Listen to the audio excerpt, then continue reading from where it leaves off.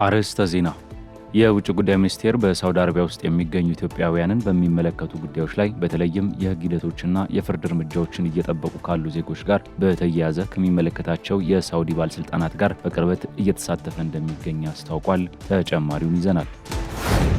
በስራና ክህሎት ሚኒስቴር የስራ ስምሪትና ገበያ ዘርፍ ሚኒስቴር ዴኤታ ሰለሞን ሶካ በበጀት ዓመቱ በሀገር ውስጥና በውጭ ሀገር የስራ ስምሪት ለ5.6 ሚሊዮን ዜጎች የስራ ዕድል መፈጠሩን ገለጹ። በሀገር ውስጥ የስራ ስምሪት በግብርና በኢንዱስትሪና በአገልግሎት ዘርፍ ከ4.9 ሚሊዮን በላይ ዜጎች የስራ ዕድል የተፈጠረላቸው ሲሆን ከ670 ሺህ በላይ ዜጎች ደግሞ በውጭ ሀገር የስራ ዕድል ማግኘታቸውን አነስተዋል።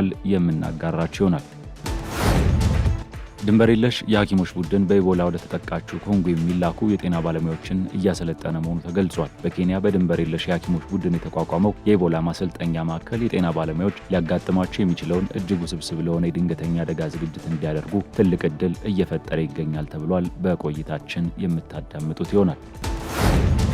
በኢራን ማሻር በሚገኝ የውሃ መሳቢያ ጣቢያ ላይ አሜሪካ በፈጸመችው የአየር ጥቃት የአንድ ሰው ሕይወት ማለፉ ተገለጸ። የጥቃት አሜሪካ በኢራን ወታደራዊ ይዞታዎች ላይ ከሰነዘረችው ተከታታይ ጥቃቶች አንዱ ሲሆን በቀጠናው ያለው ፍጥጫም ስለመባባሱ ተገልጿል። ትሰሙታላችሁ። አብራችሁን ስትቆዩ እነዚህንና ሌሎች መረጃዎችን የምታገኙ ይሆናል። ከዜናዎቹ ጋር ኃይለ ገብርኤል ታደሰ ነኝ።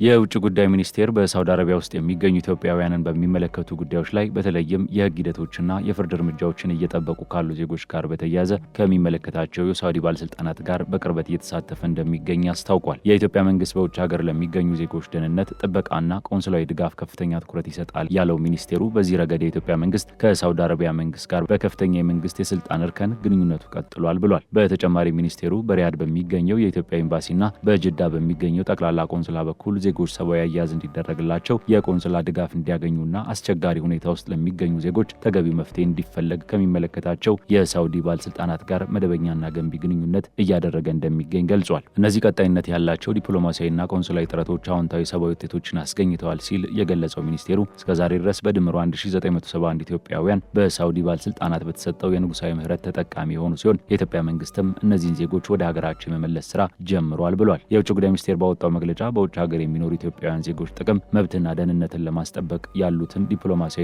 ቆንስላዊ አማራጮች ሁሉ መጠቀሙን እንደሚቀጥል በማንሳት ከሳውዲ አረቢያ ባለስልጣናት ጋርም ዜጎቹን በሚመለከቱ ቀሪ ጉዳዮች ላይ ያለውን ገንቢ ግንኙነት አጠናክሮ ያስቀጥላል ሲል አስታውቋል። በበጀት ዓመቱ በሀገር ውስጥና በውጭ ሀገር የስራ ስምሪት ለ5.6 ሚሊዮን ዜጎች የስራ ዕድል መፈጠሩን የስራና ክህሎት ሚኒስቴር ገለጸ። የስራና ክህሎት ሚኒስቴር የስራ ዕድል ፈጠራ ዘርፍ የ2018 በጀት ዓመት እቅድ አፈጻጸምና የ2019 በጀት ዓመት የትኩረት አቅጣጫን አስመልክቶ የውይይት መድረክ አካሂዷል። በመድረኩ ላይ በስራና ክህሎት ሚኒስቴር የስራ ስምሪትና ገበያ ዘርፍ ሚኒስቴር ዴኤታ ሰለሞን ሶካ እንዳሉት በበጀት ዓመቱ በሀገር ውስጥና በውጭ ሀገር የስራ ስምሪት ለ5.6 ሚሊዮን ዜጎች የስራ ዕድል ተፈጥሯል። በሀገር ውስጥ የስራ ስምሪት በግብርና በኢንዱስትሪና በአገልግሎት ዘርፍ ከ4.9 ሚሊዮን በላይ ዜጎች የስራ ዕድል የተፈጠረላቸው ሲሆን ከ670 ሺህ በላይ ዜጎች ደግሞ በውጭ ሀገር የስራ ስምሪት ማግኘታቸውን ገልጸዋል። ለኢንተርፕራይዞች በፋይናንስ አቅርቦት ላይ ያለውን ክፍተት ለመሙላት ከባንኮች ጋር በቅንጅት በመሰራት በበጀት ዓመቱ 85 ቢሊዮን ብር የሚጠጋ የገንዘብ ብድር ለማቅረብ እንደተቻለም ተናግረዋል። ለስራ ዕድል ፈጠራው ኢንተርፕራይዞችን የመደገፍ አዳዲስ የፈጠራ ሀሳቦችን የማበረታታትና ዲጂታል የስራ መስኮችን የማስፋት ስራ ትኩረት እንደተሰጠውም አስረድተዋል። በመድረኩ ላይ የተገኙት የኦሮሚያ ክልል የስራ ዕድል ፈጠራና ክህሎት ቢሮ ምክትል ኃላፊ አቶ ዋሲሁን ጎልጋ በበኩላቸው በክልሉ ያለውን የስራ አቅም የመለየትና የሰው ኃይል ብቃት ላይ መሰራቱን ጠቅሰዋል። በመድረኩ የፌዴራል እንዲሁም የክልልና የከተማ አስተዳደር የዘርፉ ከፍተኛ አመራር አካላት ተገኝተዋል ሲል የዘገበው ኢዜአ ነው። የኢትዮጵያ ሰብአዊ መብቶች ጉባኤ ኢሰመጉ በትግራይ ክልል አዲስ የወጣውን የግዳጅ ውትድርና አዋጅና እድሜያቸው ከ18 ዓመት በታች የሆኑ ህጻናትን ጨምሮ እየተካሄደ ያለውን የግዳጅ ወታደራዊ ምልመላ በጥብቅ በማውገዝ የሚመለከታቸው አካላት በአስቸኳይ እርምጃ እንዲወስዱ ጠየቀ። ኢሰመጉ ባወጣው መግለጫ እንዳስታወቀው በፕሪቶሪያው የሰላም ስምምነት መሰረት ተቋቁሞ የነበረውን የጊዜያዊ አስተዳደር አደረጃጀትን ወደ ጎን በመተው በስምምነቱ ቀሪ ተደርጎ የነበረውን የቀድሞ የክልሉ ምክር ቤት ወደ ስራ ተመልሷል። የምክር ቤት ባጸደቀው አዋጅ ወታደራዊ አገልግሎትን አስገዳጅ ከማድረጉም ባሻገር ይህንን ተግባር በሚቃወሙ አካላት ላይ እስከ ሞት የሚደርስ ቅጣት እንደሚያስጥል ድንጋጌ ማውጣቱን ተቋሙ ገልጿል። መግለጫው አክሎም ይህ አዋጅ ከመጽደቁ በፊትም ሆነ በኋላ ወጣቶችና እድሜያቸው 18 ያልሞላቸው ህጻናት ሳይቀሩ በግዳጅ እየተሰበሰቡ ወደ ወታደራዊ ማሰልጠኛዎች እየገቡ መሆኑን ካሰባሰበው መረጃ ማረጋገጡን ጠቁሟል። በዚህ ምክንያት የክልሉ ነዋሪዎች ዳግም ወደ ጦርነት ልንገባ ነው በሚል ከፍተኛ ስጋት ውስጥ መውደቃቸውንና በርካቶችም አካባቢያቸውን ጥለው ለመሰደድ መገደዳቸውን ኢሰመጉ አብራርቷል። በትግራይ ክልል እየተወሰደ ያለው ይህ እርምጃ የህገ መንግስቱን አንቀጽ 17፣ 18 እና 29 19 እንዲሁም ኢትዮጵያ የፈረመቻቸውን ዓለም አቀፍ የህፃናት መብት ስምምነቶች፣ የሰብአዊ መብቶችና የሲቪልና የፖለቲካ መብቶች ቃል ኪዳኖችን በግልጽ የሚጥስ መሆኑን ተቋሙ አስገንዝቧል።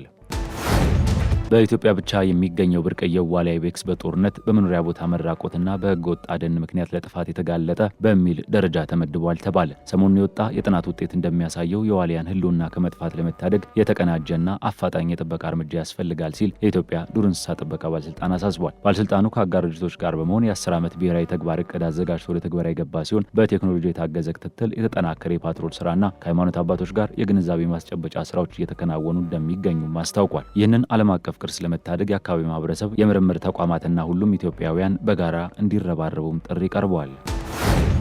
ድንበር የለሽ የሐኪሞች ቡድን በኢቦላ ወደ ተጠቃችው ኮንጎ የሚላኩ የጤና ባለሙያዎችን እያሰለጠነ መሆኑ ተገልጿል። በኬንያ በድንበር የለሽ ሐኪሞች ቡድን የተቋቋመው የኢቦላ ማሰልጠኛ ማዕከል የጤና ባለሙያዎች ሊያጋጥማቸው ለሚችለው እጅግ ውስብስብ ለሆነ የድንገተኛ አደጋ ዝግጅት እንዲያደርጉ ትልቅ ዕድል እየፈጠረ ይገኛል ተብሏል። የአፍሪካ የጤና ባለስልጣናት እንደገለጹት በዲሞክራቲክ ሪፐብሊክ ኮንጎ የተከሰተው ወረርሽኝ በፍጥነት እየተስፋፋ ያለ ሲሆን በግንቦት ወር አጋማሽ ከተከሰተበት ጊዜ ጀምሮ ቢያንስ የ600 ሰዎች ህይወትን ቀጥፏል። የወረርሽኝ የተከሰተው በከፍተኛ ድህነትና በበርካታ ታጣቂ ቡድኖች በምትታመሰው ቀጠና ውስጥ ነው። በዲሞክራቲክ ሪፐብሊክ ኮንጎ በበሽታው መያዛቸው ከተረጋገጡ 1759 ሰዎች ውስጥ 112ቱ የጤና ባለሙያዎች ሲሆኑ ከእነዚህ ውስጥ 35ቱ ህይወታቸው አልፏል። ለዚህ ፈታኝ ለሆነ ሁኔታ ዝግጁ ለማድረግ ይረዳ ዘንድ ዓለም አቀፉ የበጎ አድራጎት ድርጅት ድንበር የለሽ የሐኪሞች ቡድን በናይሮቢ ከተማ ዳርቻ የማሰልጠኛ ማዕከሉን አቋቁሟል። ማዕከሉ ዶክተሮችን፣ ነርሶችንና የህክምና ባለሙያዎችን ወደ ኮንጎ ወይንም በሽታው ሊስፋፋባቸው ወደሚችሉ የቀጠናው ሀገራት ተሰማርተው እንዲሰሩ ብቁ ያደርጋቸዋል ተብሏል። ማዕከሉ በሰኔ ወር አጋማሽ ስልጠና መስጠት የጀመረ ሲሆን እስከ ነሐሴ ወርና ምናልባትም ከዚያም በላይ ለመቀጠል በወር ወደ 100 የሚጠጉ ባለሙያዎችን ያሰለጥናል መባሉን አፍሪካ ኒውስ ዘግቧል። በኢራን ማሻር በሚገኝ የውሃ መሳቢያ ጣቢያ ላይ አሜሪካ በፈጸመችው የአየር ጥቃት የአንድ ሰው ህይወት ማለፉ ተገለጸ። የጥቃት አሜሪካ በኢራን ወታደራዊ ይዞታዎች ላይ ከሰነዘረችው ተከታታይ ጥቃቶች አንዱ ሲሆን በቀጠናው ያለው ፍጥጫ ስለመባባሱም ተገልጿል። በፕሬዚዳንት ዶናልድ ትራምፕ ትዕዛዝ የተፈጸመው ይህ እርምጃ ኢራን በሆርሙዝ የባህር ወሽመጥ በሚያልፉ የንግድ መርከቦች ላይ የምታደርገውን ጥቃት ለመግታትና ወታደራዊ አቅሟን ለማዳከም ያለመ ስለመሆኑ የአሜሪካ ማዕከላዊ እዝ አስታውቋል። ጥቃቱ የተፈጸመው የኢራን አብዮታዊ ዘብ በንግድ መርከቦች ላይ ተኩስ መክፈቱን ተከትሎ ስለመሆኑ ተገልጾ አሜሪካ በዚሁ ዘመቻ የኢራን ክሩዝ ሚሳይልና ሰው አልባ አውሮፕላን ማውደሟን አስታውቃለች። በሌላ በኩል ኢራን የአሜሪካን ጥቃት በመቃወም የሆርሙዝ የባህር ወሽመጥን ዝግ መሆኑን አውጃለች። በተጨማሪም ለአሜሪካ ድርጊት ምላሽ በሚል በባህሬን፣ ኩዌት፣ ዮርዳኖስ፣ ኳታርና ኦማን ላይ ጥቃት መፈጸሟን ገልጻለች። በኢራን ሆርሙዝ ጋን ግዛት የሚገኙ የቴሌኮሙኒኬሽን ማማዎችና ወታደራዊ ተቋማት የጥቃቱ ኢላማ እንደነበሩ የተዘገበ ሲሆን ሁኔታው በአሜሪካ ኢራንና እስራኤል መካከል ያለውን ፍጥጫ ይበልጥ አሳሳቢ አድርጎታል ሲል አናዶሉ ዘግቧል።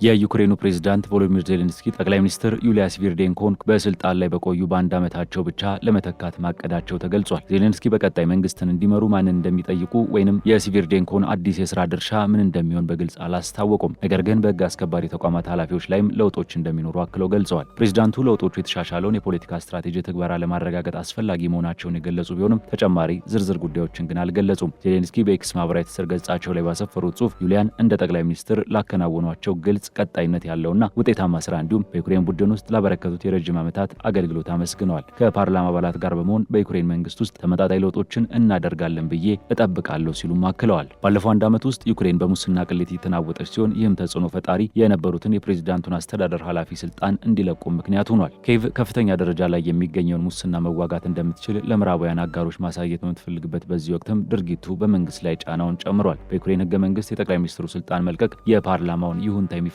ሲሆን ይህም የጠቅላላውን መንግስት ካቢኔ ስልጣን መልቀቅን ያስከትላል ሲል ሮይተርስ ዘግቧል። ውድ የሀገሬ ቴሌቪዥን ተመልካቾቻችን የሰዓቱ መረጃዎች እነዚህን ይመስሉ ነበር። ከቀሪ የሀገሬ ቴሌቪዥን መሰናዶች ጋር መልካም ጊዜ